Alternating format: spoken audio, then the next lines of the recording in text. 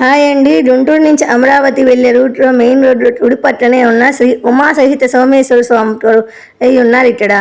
ఈ శివాలయానికి పునాది 1832 సంవత్సరంలో నిర్మించడం జరిగిందట. ఇక్కడ స్వామివారు స్వయంభూ లింగంగా వెలిశారు. సాధారణంగా శివలింగం శ్వేతవర్ణంలో కనిపించే శివలింగం అమావాస్య వచ్చేసరికి ఇక్కడ బూడిద రేట గోధుమ వర్ణాన్ని మారిపోతుందట. మళ్ళీ తిరిగి పౌర్ణమి వచ్చేసరికి శ్వేతవర్ణంలో కనిపిస్తుందట.